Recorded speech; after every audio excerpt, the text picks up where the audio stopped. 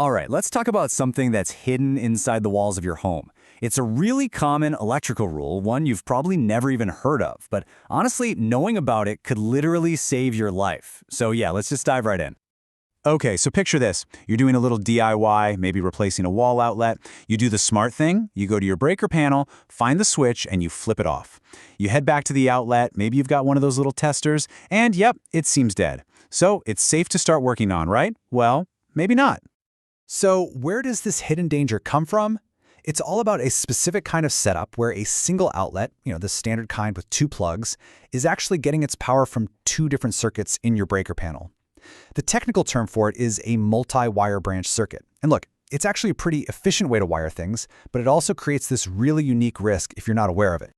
And what's kind of cool is how simple the idea is when you break it down. Think about it like this. If your house had two front doors, you wouldn't just lock one of them and feel totally secure, would you?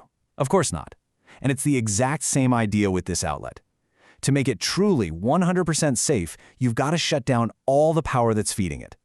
And just so we're clear, this isn't just some good advice. It's a serious safety rule, straight from the National Electrical Code. Now, that code, it can be pretty dense, kind of intimidating stuff. But hey, that's why we're here, right? To translate it into something we can all actually understand. Whoa, okay, I get it. That sounds like a whole lot of technical gobbledygook, doesn't it?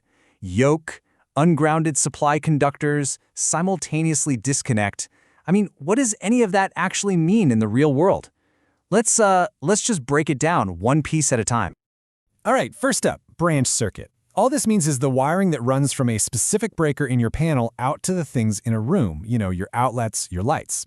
Think of it like a branch coming off the trunk of a tree.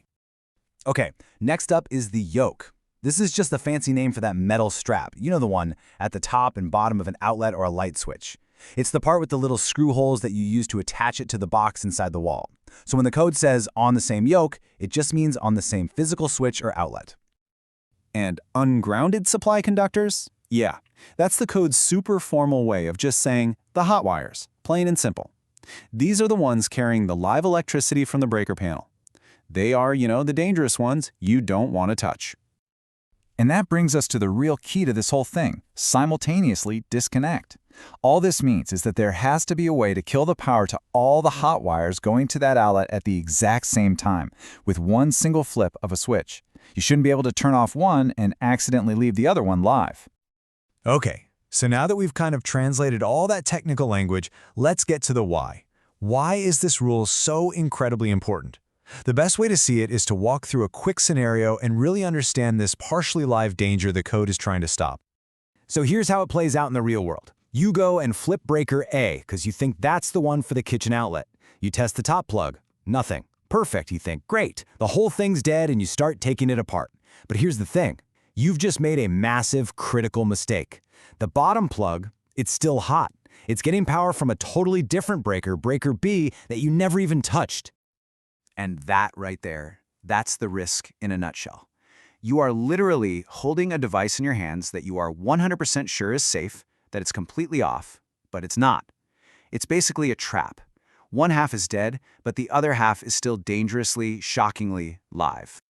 So, what's the fix? How does the electrical code actually solve this problem? Well, it's actually a pretty simple and honestly kind of clever mechanical solution.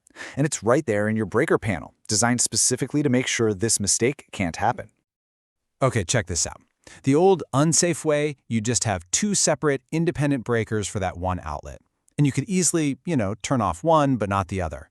But the safe way, the way the code demands, is for those two breakers to be physically linked together with something called a handle tie. It's just a little plastic or metal bar that connects the two switches. So now, if you go to flip one off, that handle tie forces the other one to go with it. It makes it impossible to shut off just half the power. It's all or nothing. So really, the whole point comes down to this. The rule makes sure that one single flip at the breaker panel kills all the power to that device. No exceptions.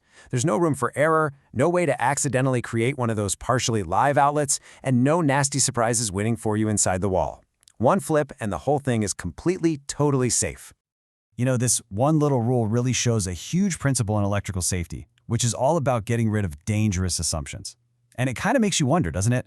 What other hidden rules and clever little solutions are baked into the code, just silently working behind your walls, keeping you and your family safe every single day?